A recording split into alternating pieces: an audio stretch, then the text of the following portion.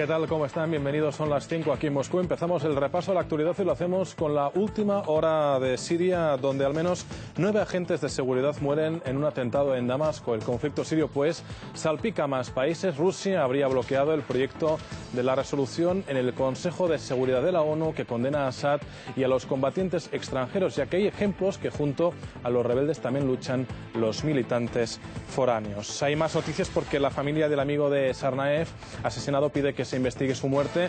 Su padre asegura que su hijo fue torturado y disparado varias veces. La versión oficial del FBI es que hubo una confrontación. Sin embargo, algunas fuentes del Servicio Federal de Seguridad dijeron que el joven estaba desarmado. ¡No paramos! ¡No debemos!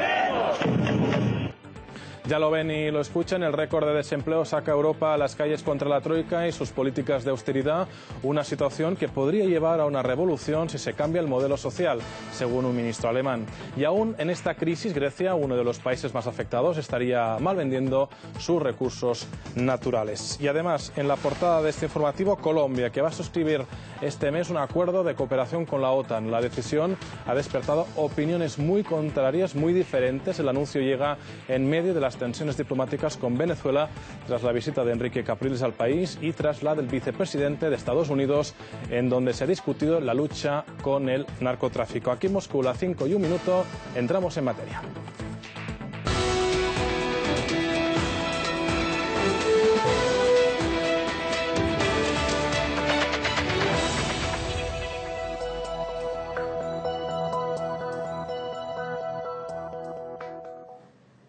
En las afueras de Damasco, la explosión de un coche bomba dejó al menos 9 agentes de seguridad muertos y un número indeterminado de heridos. Así lo informa el Observatorio Sirio de Derechos Humanos. Según el grupo, la organización islamista Frente al-Nusra, vinculado con Al-Qaeda, podría estar detrás de la agresión. Asimismo, las agencias de la ONU llamaron a evacuar a los civiles de la ciudad siria de Al-Qusayr, donde las fuerzas gubernamentales combaten con los rebeldes. Rusia bloqueó un proyecto de resolución del Consejo de Seguridad de la ONU que condena al ejército de Al-Assad y a los combatientes del movimiento de Hezbollah, que llevan a cabo una operación contra los insurgentes en esta localidad. Así lo informan varios diplomáticos occidentales, indicando que Moscú expresó su descontento por el hecho de que el organismo hace caso omiso a las agresiones de los rebeldes. Rusia además reiteró la legitimidad de los suministros de los cohetes antiaéreos S-300 a Siria, ya que forman parte de los contratos firmados en 2010.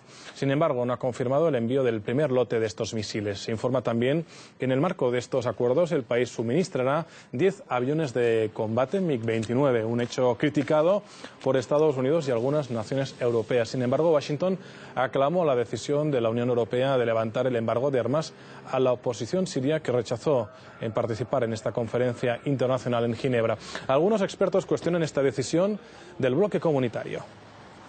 Creo que el primer escenario es fundamentalmente, va a haber seguramente una declaración unilateral de parte de los Estados Unidos. Estos movimientos terroristas internacionales que amenazan a Occidente, entiéndase por Occidente los Estados Unidos, la mayor preocupación que tiene Washington. Pero muchas veces esa preocupación está fomentada por la misma política que despliega los Estados Unidos en la región, con lo cual es muy difícil controlar el tráfico de armas y en qué manos va a caer. Las fuerzas gubernamentales han confiscado 2 cilindros de gas sarín de manos de los rebeldes en la ciudad de Hama, según la agencia estatal de noticias. Anteriormente, varios medios turcos que citaban a la policía informaron sobre la detención en ese país de 12 yihadistas opositores sirios que portaban un cargamento de esta sustancia tóxica. Boris Kuznetsov nos cuenta cómo el conflicto en el país árabe involucra cada vez a más actores extranjeros. Al caldero del conflicto sirio se añaden cada día más y más ardientes factores, y es que la crisis que atraviesa el país árabe está salpicando también a sus vecinos regionales e incluso a actores lejanos. Esta semana el Consejo de Derechos Humanos de la ONU votó a favor de una resolución que condena la presencia de combatientes extranjeros que luchan apoyando a las fuerzas del régimen en la ciudad de Al-Qusayr. Varios países, entre ellos Rusia, criticaron el documento al considerarlo parcial. El ejemplo práctico que demuestra esto sería el fallecimiento en Siria de 3 ciudadanos occidentales, entre ellos una norteamericana y un británico, quienes luchaban en las filas rebeldes. Junto a sus cadáveres se encontraron fusiles, municiones y banderas del movimiento islamista radical, el Frente al-Nusra. Me quedé estupefacta, totalmente estupefacta de que se fuera ahí y que se entrometiera en esas cosas. Finalmente eso acabó con su vida. En realidad, muchos temen que se propague la fuerza de los islamistas en Siria. Así, la comunidad drusa declara estar preparada para entrar en combate y proteger a sus familias y valores. Tenemos parientes ahí, nuestra gente está ahí y les atacan en nombre del Islam. La comunidad drusa en Israel ha recolectado $1 millón estadounidenses y lo ha enviado a los drusos sirios. De mi aldea, Pekín, recolectamos 1 millón de shekels. La gente dio el dinero que pudo para ayudar a sus parientes en Siria. La amenaza de los sunitas del Islam radical ha sido una causa para la participación en el conflicto de las fuerzas del movimiento libanés chiita Hezbollah, que no oculta su apoyo al régimen de Bashar al-Assad. Pero Líbano, dividido entre partidarios y opositores del gobierno oficial sirio, paga un alto precio, ya que este conflicto le afecta ya de manera clara. La noche del viernes a sábado, al menos 20 proyectiles lanzados desde el territorio sirio impactaron en la zona fronteriza. No podemos tolerar que maten a nuestros hijos, a mujeres y a niños. Si nos lanzan misiles, responderemos. El amplio radio geográfico que ha alcanzado y la cantidad de figurantes que han entrado en juego evidencian que la crisis siria puede ahora desbaratar los planes de aquellos que habrían pretendido tomar el control de la situación. Así, por ejemplo, en Turquía, las autoridades locales capturaron a islamistas radicales de la oposición siria con 2 kilos de gas sarín. Según varias fuentes, los detenidos querían usar esta sustancia mortífera en un ataque en el territorio sirio. Ante este escenario, Rusia advirtió en varias ocasiones sobre la necesidad de indagar en todos los incidentes relacionados con el uso de armas químicas en Siria. Nos decepciona que, a causa de los juegos políticos, la Secretaría de la ONU no reaccionara operativamente al llamado a investigar la situación con el supuesto uso de armas químicas en Alepo, y en vez de ello empezara a plantear condiciones. Y parece que las apuestas en estos juegos políticos son ahora verdaderamente muy altas. Por ahora Siria permanece atrapada bajo un fuego cruzado y su destino depende en gran medida de las decisiones que tomen sus vecinos. Pero hay que tener en cuenta que el futuro del pueblo sirio también afectará a la faz política de toda la región. Boris Kuznetsov, RT.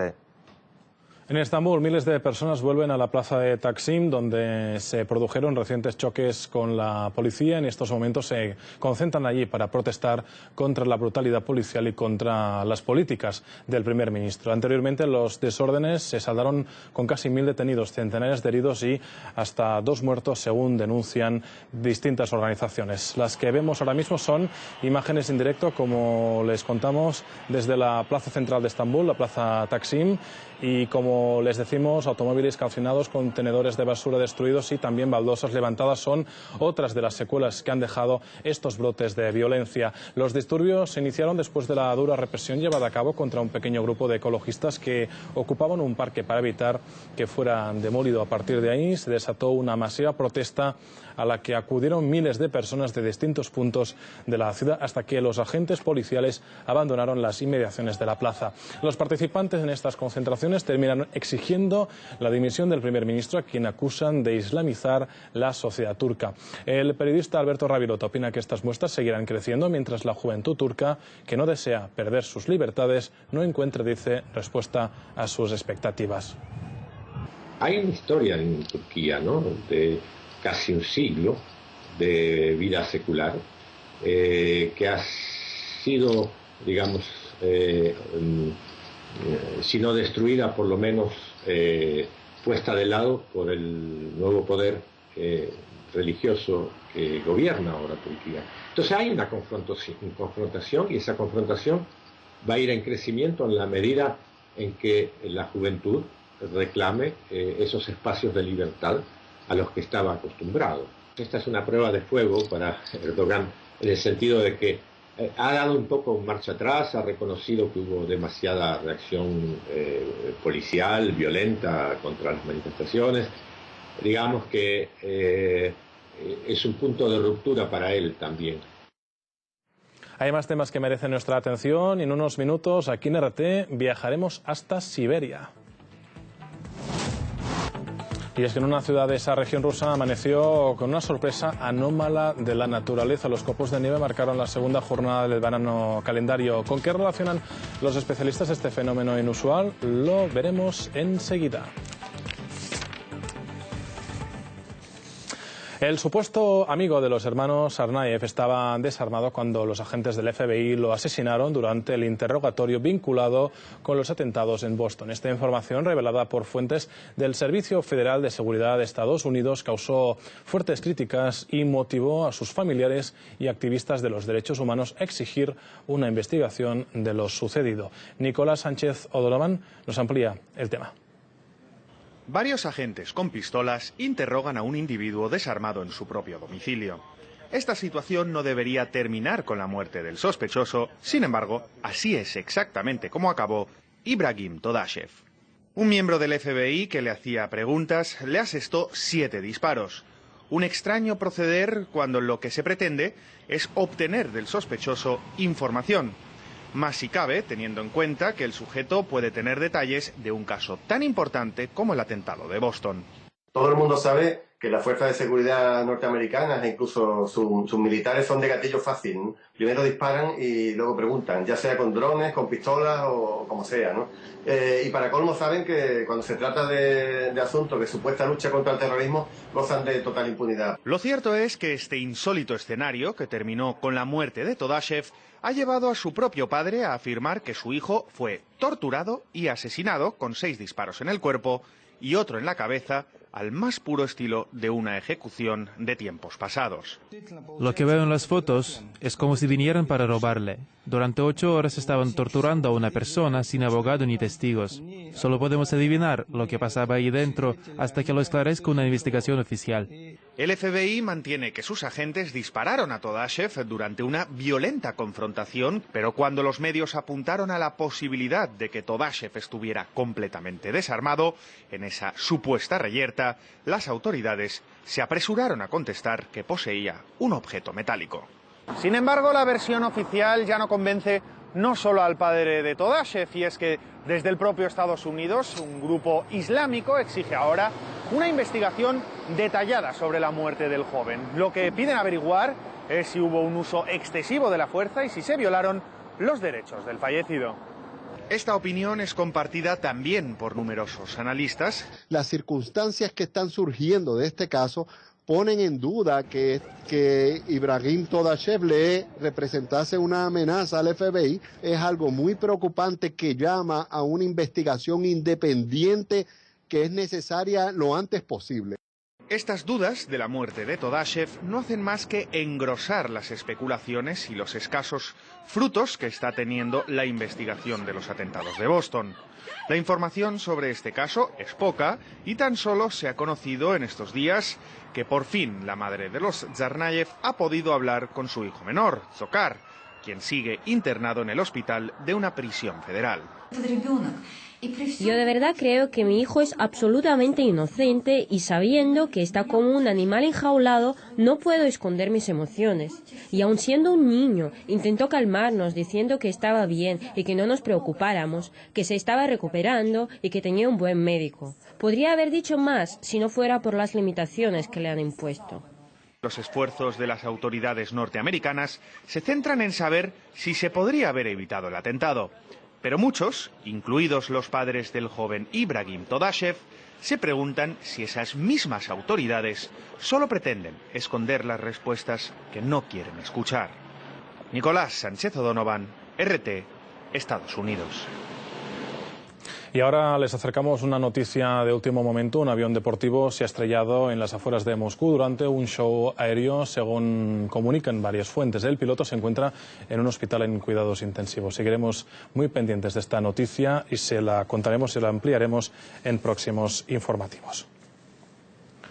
Casi 100 ciudades europeas salieron a las calles para condenar las medidas de austeridad de la Troika. En Frankfurt, los activistas bloquearon el acceso al Banco Central Europeo durante 3 días, lo que generó